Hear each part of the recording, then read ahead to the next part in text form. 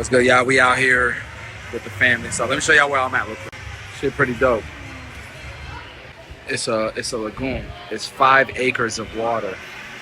You got, the bar here, whatever. You got water slides and stuff. It's a vibe.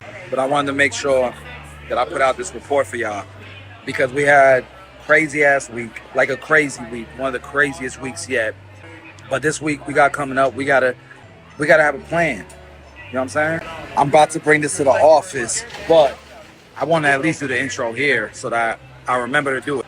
We've seen all the craziness that happened with Elon, Donald Trump, the tax bill. It's been crazy. My mind has been changed about 15 times. But aside from Tesla killing my portfolio, we also had a hell of a rally in the market, and Tesla kind of bounced back a little bit. So it's been an interesting week nonetheless, and we got a more interesting week coming up. Well, maybe not more interesting. We're going to see the tail end of the beef with Trump and Elon and how the market's going to react to that Monday. But we also have CPI, PPI, and tech earnings, a lot of tech earnings coming up. Results on CPI is going to be interesting. PPI is going to be interesting. So we got a hell of a week coming up. And the reason why I got into 30-day DTE, I sold puts 30 days out, is because I knew this month was going to be interesting, but I also knew I had 30 days for things to get good. I expect CPI to be pretty good, PPI to be pretty good. I think July is where things are going to get scary. But with that being said, let me get to the crib, and then we going look where we at, man. This shit dope. Let me live in the moment. We're going to get to the crib, to the office, and then I'm going to give you guys a report. Just as importantly, you have the tariffs expiring soon. So we're going to be paying attention to Europe and the UK and see how they're preparing for these tariffs. Are they actually preparing? Is it going to be quiet? If it's quiet, do we kind of expect an extension of that pause? We'll see. On a global stance, we're going to obviously be continuing to pay attention to, what's going on globally, what we've been paying attention to. You got riots, happening in LA because of what's happening around the world. We have to pay attention to it. But also the UK, Europe, they have some meeting going on that we're supposed to be paying attention to. And part of the reason why we can say the sentiment is like that is because if you look at the VIX, it's under 20. So that's a good sign. That tells us, not a good sign. I'm not going to say it's a good sign. I'm just saying that it's a confirmation sign. You feel me? So I think that the market overall believes that CPI, PPI is going to be positive. It's going to be what we expect it to be. And therefore, the Fed meeting is going to be what we expect it to be. And therefore, it's kind of like a trickle effect. Now, I lied that the data's come in, but the data has not come in. The CPI, PPI has not come in. That's going to be the 11th and the 12th. But the sentiment still is according to the idea that CPI, PPI is going to be good. It's going to be positive. Now, this coming week, we got the Fed meeting. The market has already priced in no rate change. No rate change. If there's a rate change, it's going to change the market. But we think no rate change because all the data has been positive. Why would they change the rates? Now, June, I think we Gucci.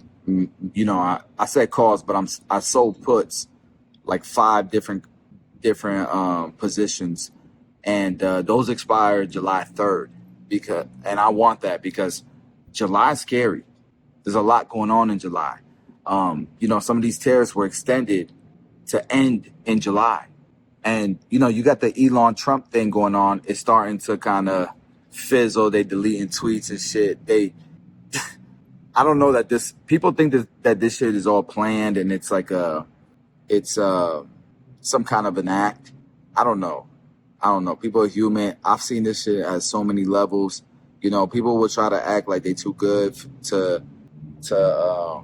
get in their bag sometimes, but sometimes you're human. I mean, we're human. We're not perfect. So sometimes we will entertain battles like that and be serious about it and then regret it, and then take it back and people will forget about it. Maybe. Yeah, they'll forget about it. But I say that to say I'm not too worried about the Trump Mustang as much as I was before. And so I think Tesla stock is going to be green tomorrow.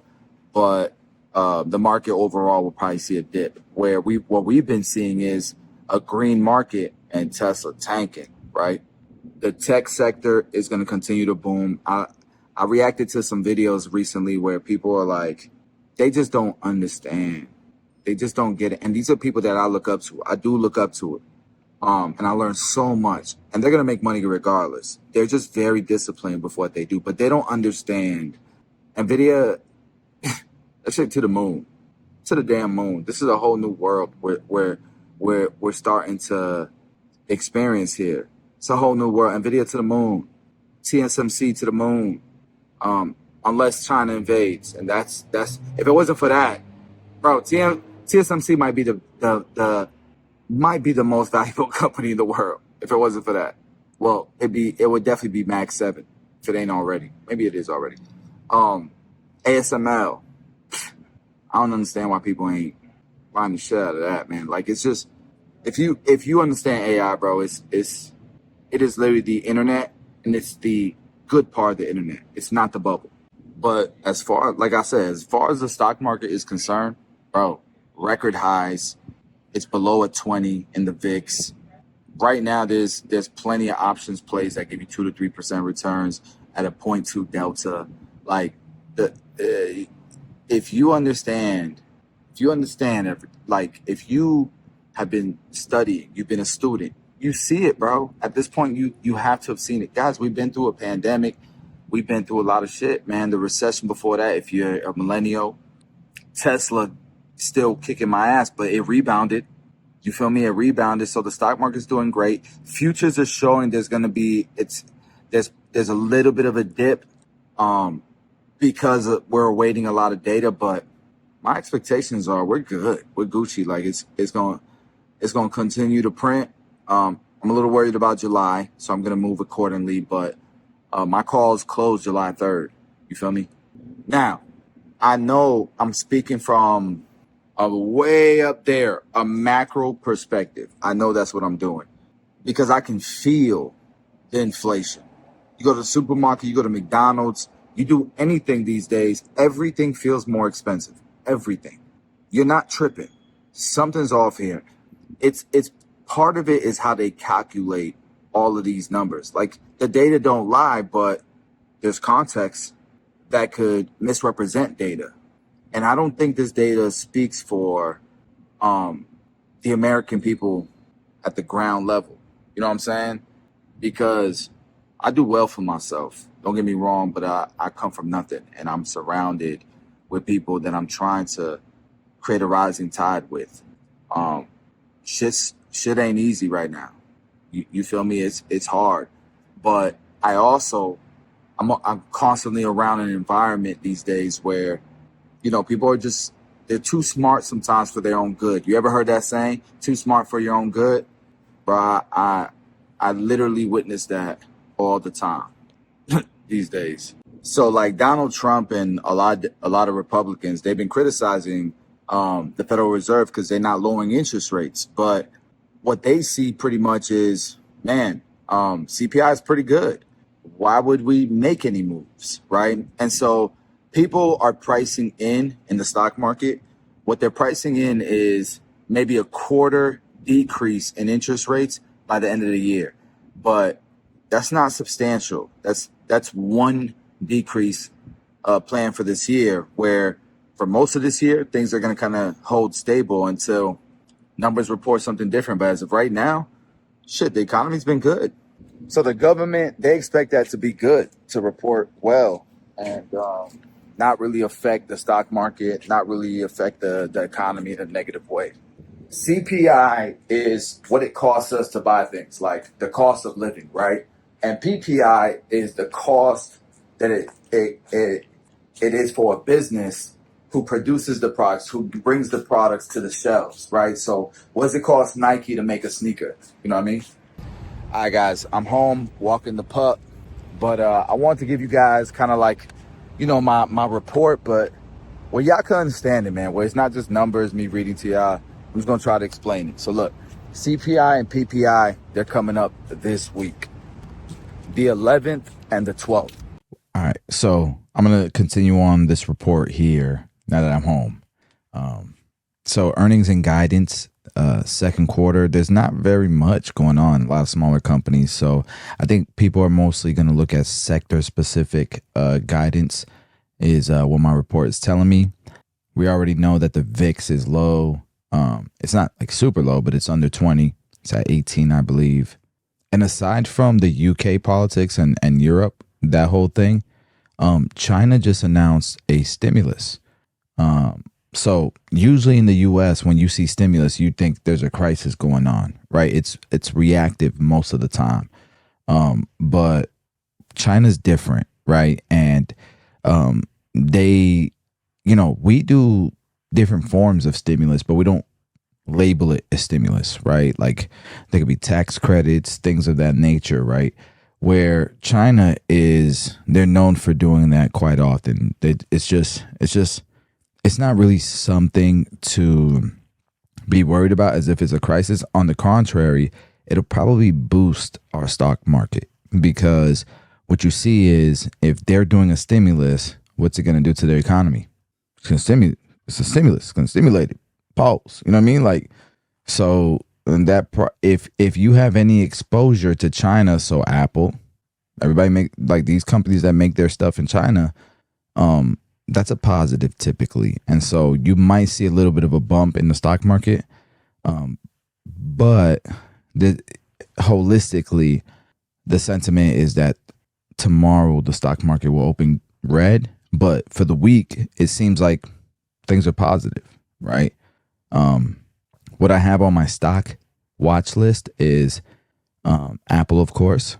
You could sell puts for July 18th, the 150 strike price at a $3 premium, and that's at a 0.25 delta, and you'll earn 2%. 150 strike price, while Apple's 203 right now.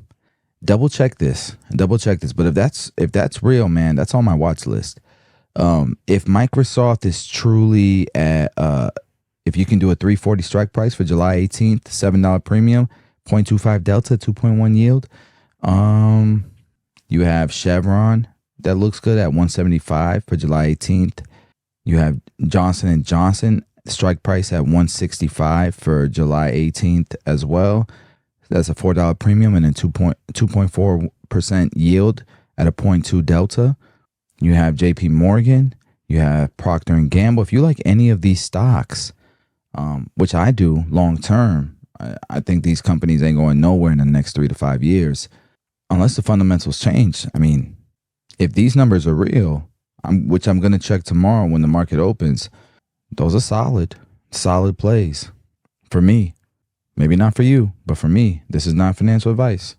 My investing framework is if I own the stocks, if I own 100 shares of a stock, I want to sell cash secured. I want to sell covered calls. If I don't own stocks, I want to sell puts, and I just want to collect premiums.